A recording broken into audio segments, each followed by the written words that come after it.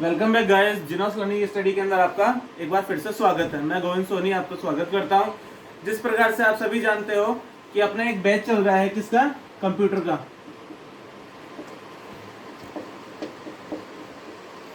एक 12th class का computer का बैच चल रहा है, वो कंटिन्यू चलेगा। देन अपन आज स्टार्ट करेंगे मैथ। किसकी मैथ? 10th लेवल की। ये जो 10th लेवल की मैथ है वो आपको कंपटीशन में भी अभी काम में आएगी, क्योंकि यही टॉपिक्स है वो आपको कंपटीशन में देखने को मिलते हैं। आज इसकी बात करेंगे और इसके अंदर जो मेन टॉपिक है, जो मैक्सिमम नंबर का जो अपना टॉपिक है उसकी चर्चा की जाएगी। ठीक है, बिल्कुल बेसिक से आपको स्टडी करवाई जाएगी। तो हमारा जो पहला टॉपिक है इसके अंदर वो आएगा ट्रिग्नोमेट्री।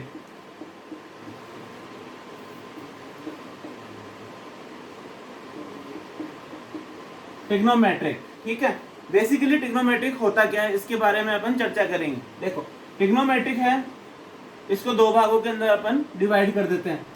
पहले का नाम लिख देते हैं ट्रिग्नो और दूसरे का नाम लिख दिया मैंने मैट्रिक। ठीक है, बेसिकली ट्रिग्नो ट्रिग्नो मतलब त्रिकोण, तीन कोणों से बनी जो आकृति है उसे कहते हैं त्रिभुज। ठीक है, ये होती है, इसके अंदर तीन साइड्स होती है। त्रिकोण, इसका मीनिंग होता है त्रिकोण और इसका मतलब होता है रेशो। ठीक है, रेशो मीन्स अनुपात। ये जो क्लास है वो आपको इंग्लिश मीडियम और हिंदी मीडियम दोनों क्लासों के लिए अवेलेबल होगी। ठीक है, इस तरीके से ये जो ट्रिग्नोमेट्री है वो दो पार्ट्स के अंदर डिवाइड है। पहली है त्रिकोण और दूसरी है अनुपात। ठीक है, अनुपात, इसके अंदर अनुपात कौन कौन से होते हैं मैं आपको बता देता हूं। साइन, कॉस, टेन, कॉट, सेक और कॉसेक। ठीक है स्टूडेंट्स, इस प्रकार से हमारे पास 6 इसके अनुपात होते हैं। ये जो ट्रिग्नोमेट्री है बेसिकली रूप से इनके ऊपर ही डिपेंडेंट है और किसी के ऊपर डिपेंडेंट नहीं है, अपने रेशो के ऊपर ही है, डिपेंड करती है। ठीक है, त्रिकोण, त्रिकोण का मतलब, इसका मीनिंग बताया जा रहा है आपको, तीन भुजाओं से घिरी आकृति त्रिकोण या त्रिभुज कहलाती है। ठीक है स्टूडेंट, यहां तक समझ में आ गया आपके? कुछ भी नहीं था। बेसिकली ट्रिग्नोमेट्री दो टाइप्स के हैं। त्रिकोण है, तीन भुजाओं से घिरी आकृति को अपन त्रिभुज या त्रिकोण कहते हैं। रेशो, रेशो मतलब कुछ अनुपात के अंदर विभाजित करना। फॉर एग्जांपल लेके बताता हूं मैं आपको। ठीक है, ये जो है 20, इसको टू पार्ट्स के अंदर मैंने डिवाइड कर दिया, 10 और 10, तो ये है रेशो हो गया, दो भागों के अंदर डिवाइड हो गई, तो ये इसके रेशो है। ठीक है, आगे बात करेंगे इसके अनुपातों की।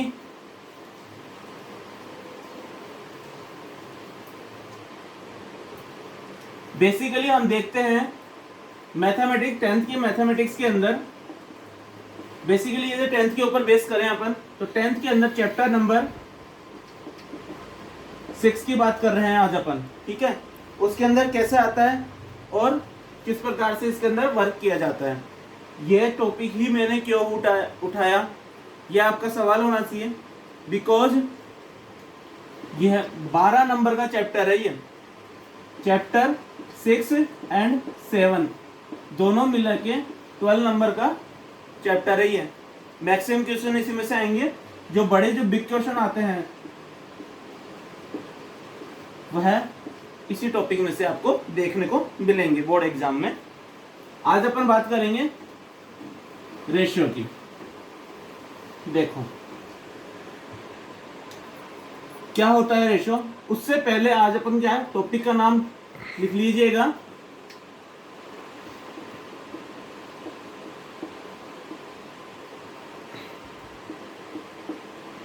ट्रिग्नोमेट्रिक रेशियो कितने प्रकार के हैं? 6 टाइप्स के। जिस प्रकार से मैंने आपको बता दिया, एक बार फिर से आपको बताना चाहता हूँ sine theta, cos theta, tan theta, cot theta, sec and cosec. ठीक है, इस प्रकार से पूरी मैथमेटिक्स के अंदर जो ट्रिग्नोमेट्रिक जो चैप्टर है उसके अंदर इन्हीं का ही काम है और किसी का काम नहीं है। यदि जिस बच्चे ने अच्छी तरह समझ लिया वह कंपटीशन भी फाइट कर सकता है।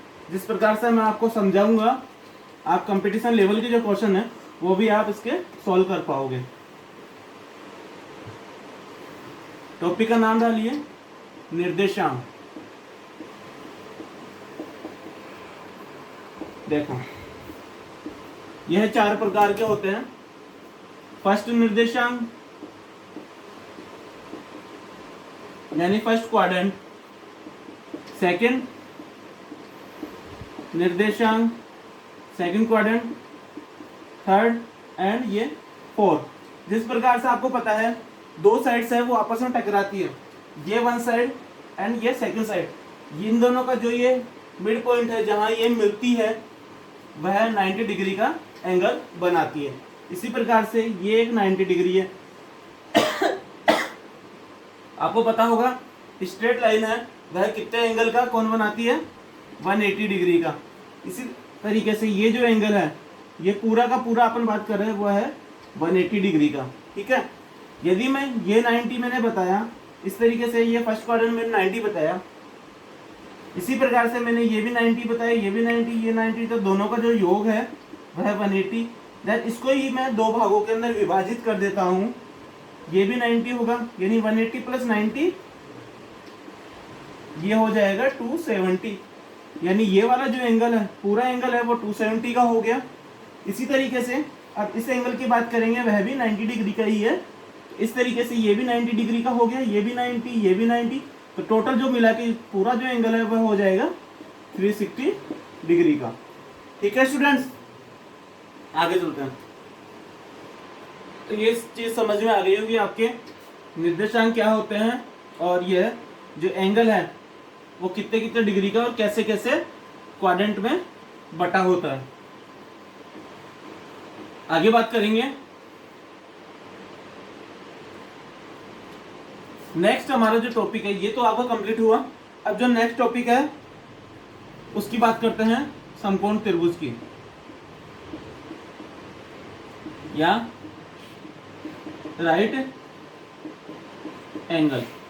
इसका ट्रिग्नोमेट्री में क्या यूज है उसकी बात करेंगे अपन, क्योंकि बेसिकली ये जो त्रिभुज है हमारे पास समकोण त्रिभुज है वो बेस है इस टॉपिक का। ठीक है, बेस है। जिस प्रकार से मैंने क्या बताया, ये राइट एंगल है ये। ठीक है, मैंने क्या बताया था, दो भुजाएं जहां मिलती है उनका जो मिड पॉइंट होता है वो 90 डिग्री का होता है। ठीक है, इस भुजा के इस जो सबसे बड़ा त्रिभुज है, सबसे बड़ा कोण है, इस कोण के सामने वाली भुजा आपकी कर्ण कहलाती है। ठीक है, जिसको हाइपोटेनस भी कहते हैं, जिसको मैंने एस से डिफाइन कर दिया। ठीक है, ये भुजा और ये भुजा सबसे बड़ी भुजा है और इसके सामने वाला जो एंगल है वह सबसे बड़ा है। ठीक है, इसकी जो बेस है अपना, जो लेटी हुई भुजा है वह आपका आधार कहलाती है, जिसको बोलते हैं बेस। ठीक है, और ये एक इसका थीटा एंगल मैंने मान लिया। ठीक है, थीटा मान लो या फिर इसको क्या 90 माइनस थीटा भी अपन मान सकते हैं। ठीक है, आगे चलते हैं। इस भुजा के सामने वाली, इस कोण के सामने वाली भुजा है वो आपकी क्या कहलाती है, लंब, जिसको आप बोलते हो परपेंडिकुलर। ठीक है, यहाँ तक समझ में आ गया। ये आपको बहुत ज्यादा इंपॉर्टेंट है, इसके ऊपर ही पूरी ट्रिग्नोमेट्री बेस है। अब एक फॉर्मूला आता है जिसका नाम है पाइथागोरस थ्योरम।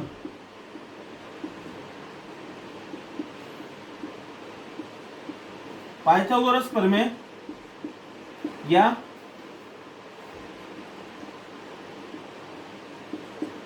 पाइथागोरस थ्योरम की बात करते हैं अपन। उसके अंदर किसका काम है, समकोण त्रिभुज का। देखो क्या होती है, ज्यादा अपन इसके अंदर बेसिक में नहीं जाएंगे, केवल फॉर्मूला रन करेंगे जिससे आपको एग्जाम के अंदर डायरेक्टली फॉर्मूला याद हो जाए।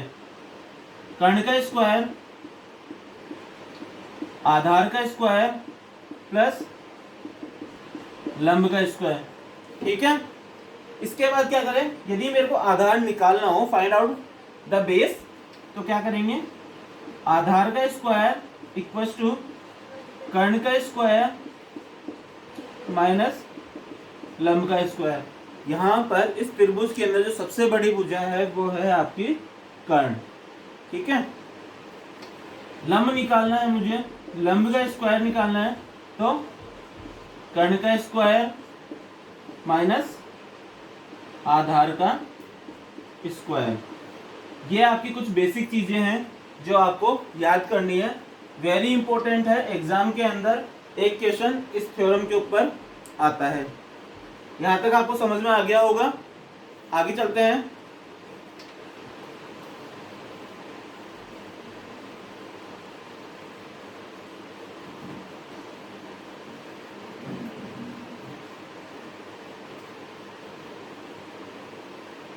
यदि क्लास अच्छी लगे तो लाइक, सब्सक्राइब और शेयर कर दीजिएगा। अब बात करते हैं अपन रेशियो की, यानी त्रिकोण मितीय अनुपात या रेशियो। ठीक है, जिस प्रकार से मैंने आपको बता दिया कि 6 प्रकार के होते हैं, साइन, कोस, टेन, कोट, सेक, देन कोशेक। ठीक है, 4 क्वाड्रेंट बताए मैंने, 0, 1, 2, 3 एंड 4।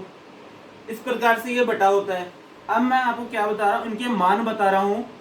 इन रेशियो के कैसे मान अपन फाइंड आउट कर सकते हैं। 0, 1, 2, 3, 4 मैंने क्या बताया था, 1, 2, 3 एंड 4। इस तरीके से 4 क्वाड्रेंट है, इनका 4 से सब में डिवाइड कर देंगे अपन। ठीक है, 4 से सभी में डिवाइड कर दिया। फिर क्या है, इसका रूट लेंगे। इस तरीके से अंडर रूट तो सभी को निकालना आता ही है। इस तरीके से मैंने इनका रूट ले लिया, 0/4, 1/4, 2/4, 3/4, देन 4/4। हमारे पास क्या वैल्यू आई है, 0/4। यदि किस 0 के अंदर किसी भी डिजिट का या किसी भी नंबर का मैं भाग देता हूँ तो हमारे पास 0 ही आता है, और उस नंबर को यदि मैं रूट निकालता हूँ तो 0 ही आता है। जिस प्रकार से ये रूट 0 हो गया। आपको पता है 2 का स्क्वायर होता है 4, ये स्क्वायर यहाँ से हटेगा। यदि ये स्क्वायर इक्वल्स के जो लेफ्ट के अंदर है वह हटेगा तो यहाँ पर रूट लग जाएगा, और रूट लग जाएगा तो प्लस और माइनस के अंदर मेरे पास 2 वैल्यू आएगी। एक तो प्लस का 2 आएगा, दूसरा आएगा माइनस का 2। प्लस का 2 हम इसलिए लेंगे क्योंकि यह धनात्मक संख्या ही वेरीफाई करता है, और जो माइनस का जो 2 है वह वेरीफाई नहीं कर पाता। ठीक है, तो यह हो गया आपके 1/4, देन 1/2, 3/4, देन 1/1। यहाँ तक समझ में आ जाना चाहिए, कुछ प्रॉब्लम नहीं है, बिल्कुल बेसिक चीजें हैं। ओके, उसके बाद 0 का रूट होता है 0, 1/4 का होता है रूट 1/2, 1/2 का होता है 1/√2, अंडर रूट 3/4 का होता है, 3 का कोई रूट नहीं होता इसलिए रूट लगा दिया, 4 का होता है 2 यानी 2 लगा दिया, देन 1। इस प्रकार से यह हमारा जो रेशियो है उसकी वैल्यूज आ चुकी है। अब अपन फाइंड आउट करेंगे साइन थीटा का क्या मान है, कोस का, टेन का, कोट, सेक एंड कोसेक का। अब अपन बात करेंगे इन सभी की। ये सारणी बनवा रहा हूं मैं आपको, जो आपको याद करना है। देखो 0, 1, 2, 3 एंड 4 यहां लिख रहे हैं अपन मान साइन थीटा के, कोस थीटा के, tan theta, cot theta, sec theta and cosec theta. जो हमारे पास मान आए थे उन्हीं को साइन के अंदर एज इट इज पुट कर देंगे। क्या आया था, 0, 1/2 यही आया था, 1/√2, √3/2, देन 1। अब जो कोस थीटा होता है वह साइन का उल्टा होता है। इट मीन्स जो साइन की जो वैल्यू है यहाँ पर, यदि आप ऐसा नहीं लिखना चाहो तो 0, 30, 45, 60 एंड 90, इस प्रकार से जो एंगल है हमारे पास बटे हुए रहते हैं एक क्वाड्रेंट के अंदर। मैं आपको बताना चाहता हूँ ये 90 डिग्री का होता है, लेकिन इस जो एंगल है ये जो है भुजा, यहाँ पर होता है कौन 0 डिग्री का, फिर आता है 30 डिग्री, फिर 45, देन 60 और ये पूरा का पूरा है आपके 90 डिग्री का। इस तरीके से जो एक क्वाड्रेंट है वह 4 भागों के अंदर डिवाइड होता है। ठीक है, 1, 2, 3 एंड 4, इस तरीके से ये हमारे जो एंगल है वह फाइंड आउट किए जाते हैं। आगे बात करेंगे। मैं क्या बता रहा था, जो कोस थीटा है वह साइन का उल्टा होता है, यानी जो साइन के 90 का जो वैल्यू है, साइन 90 की वैल्यू है वह आएगी कोस 0 की just opposite, 1√3/2, 1/√2, 1/2 then 0। Okay students, आगे बात करते हैं tan। कुछ बेसिक चीजें और रह गई इसके अंदर। tan थीटा होता है अपने पास sine theta upon cos theta. ठीक है, sine theta upon cos theta होता है। अब देखो मेरे को किसकी वैल्यू चाहिए, साइन 0 की, सॉरी tan 0 की वैल्यू चाहिए, तो tan 0 इक्वल्स टू हो गया साइन 0 अपॉन कोस 0। ठीक है, साइन 0 क्या मान है, साइन 0 का मान है मेरे पास 0, कोस 0 क्या मान है 1।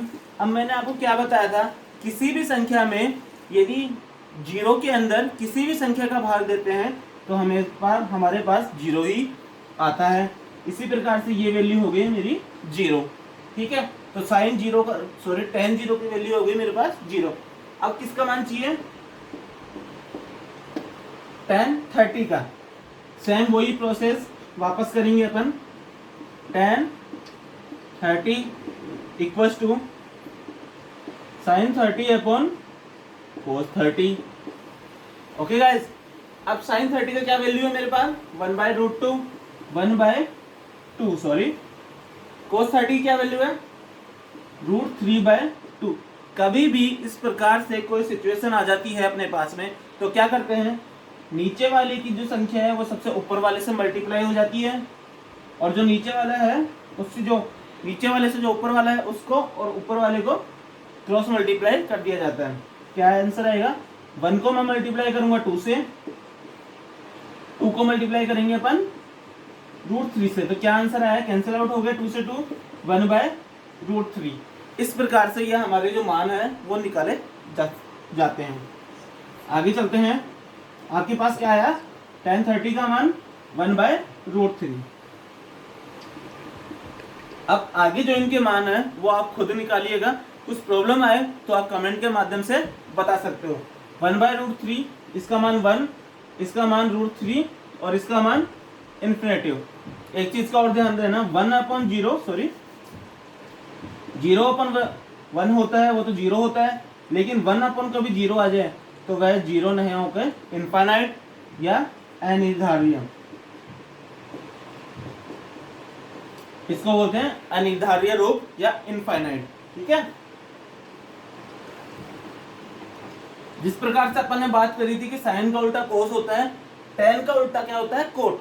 जिस प्रकार से tan 90 की वैल्यू है इनफाइनाइट, उसी प्रकार से जो कोट 0 की वैल्यू आएगी इनफाइनाइट। सेम उल्टा कर देंगे, √3 यहाँ पर है तो √3, 1 की जगह 1, 1/√3 और ये 0। अब सेक की बात करेंगे अपन कि सेक क्या होता है, सेक थीटा बराबर होता है 1/cos थीटा। ठीक है, सेक 0 की वैल्यू चाहिए मुझे, सेक 0 तो 1/cos 0 की वैल्यू क्या है, cos 0 की वैल्यू क्या है मेरे पास 1, यानी 1/1 इक्वल्स टू 1। इस प्रकार से ये वैल्यू हमारे पास फाइंड आउट हो चुकी है, ये 1 हो गई। अब अपन बात करेंगे सेक 30 की। सेक 30 क्या होता है 1/cos 30, 1/cos 30 की क्या वैल्यू है मेरे पास √3/2। इसी तरीके से 2 को 1 से मल्टीप्लाई कर देंगे, देन ऐसे कैसे, यानी 1 × 2/√3, इट मीन्स 2/√3, ये इसका आंसर हो जाएगा। ठीक है, इसी प्रकार से आपको और भी वैल्यूज है वो आपको खुद को निकालनी होगी। कुछ प्रॉब्लम आए तो आप बता सकते हो। सेक सॉरी, इसका उल्टा कोस का उल्टा होता है अपने पास सेक। कोस थीटा 30 की वैल्यू क्या है 2/√3। जस्ट इसका उल्टा कोस का उल्टा करते जाओ आप, √2 2 और यह आएगा आपके पास इनफाइनाइट। ठीक है, आगे बात करते हैं। ये समझ में आ गया एक चीज का, और 0/0 हमेशा अनिर्धारित रूप कहलाता है क्योंकि इसका मान अपन ज्ञात नहीं कर सकते। ठीक है, जिस प्रकार से अपन ने साइन का उल्टा कोस था, टेन का उल्टा कोट था, सेक का उल्टा होगा कोसेक, यानी जो सेक 90 की वैल्यू है वह होगी कोसेक 0 की। ये इनफाइनाइट, ये 2, ये √2, ये 2/√3 और ये 1।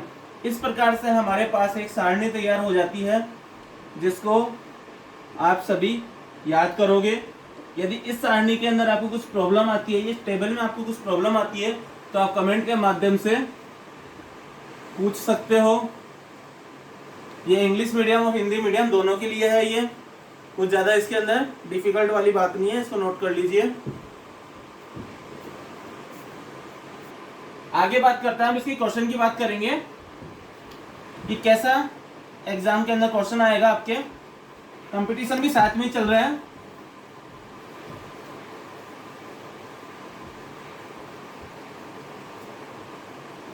देखो एक एग्जाम्पल की बात करते हैं अपन।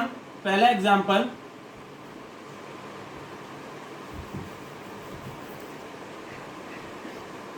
Sign 45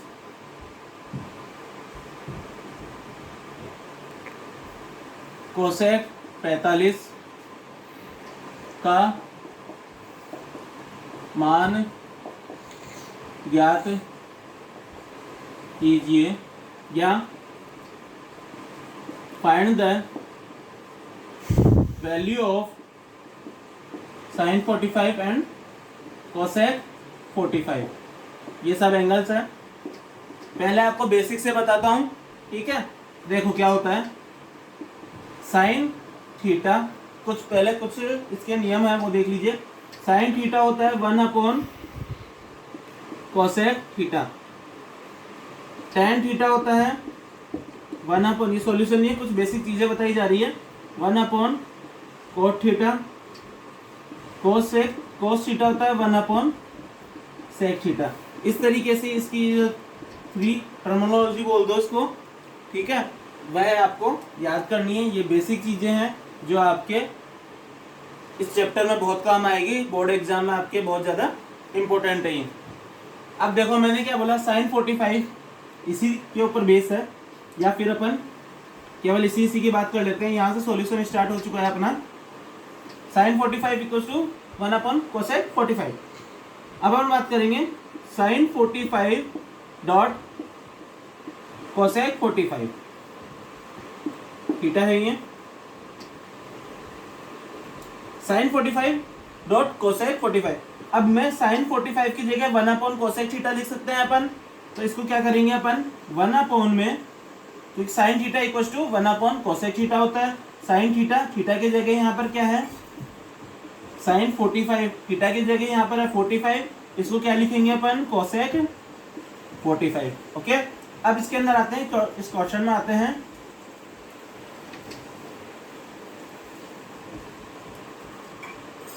one upon cosec 45 multiply में क्या है अपने पास में, कोसेक 45।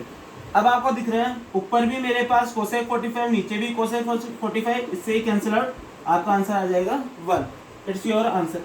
ये तो हमारा 10th के अंदर जो बेसिक से अपन करते हैं, डिस्क्रिप्शन देके पूरा है। यदि मैं कंपटीशन की बात करूं इसके अंदर, तो क्या आएगा, कंपटीशन वालों को डायरेक्ट पता होना चाहिए ये सारी चीजें। साइन 45 और कोसेक 45 की वैल्यू ये तो ये है, या फिर डायरेक्ट वैसे लिख देगा कोसेक 45 देन कोसेक 45, इससे कैंसिल आउट, वो आंसर लिखा देगा आपके 1। ठीक है, यहां तक समझ में आ गया होगा। ये आपका जो चैप्टर 6 है वह स्टार्ट हो चुका है। कल अपन फिर से इसके आगे वाली प्रोसेस करेंगे। कल अपना ये चैप्टर कंप्लीट हो जाएगा। अभी कई बुक के जो क्वेश्चंस है, कई सारे क्वेश्चंस है वो आपको करवाए जाएंगे। ठीक है, अच्छा लगे तो वीडियो को लाइक कीजिएगा, शेयर और सब्सक्राइब करना ना भूलें। और जो स्टूडेंट्स 10th के अंदर, उनको बोलिए कि ये क्लास है, अपनी मैथमेटिक्स की क्लास चालू हो गई है, आपके द्वारा, आपके कहने पर ही ये क्लास स्टार्ट करवाई जा रही है। ठीक है, इसको नोट करो। Then thank you very much, very nice day.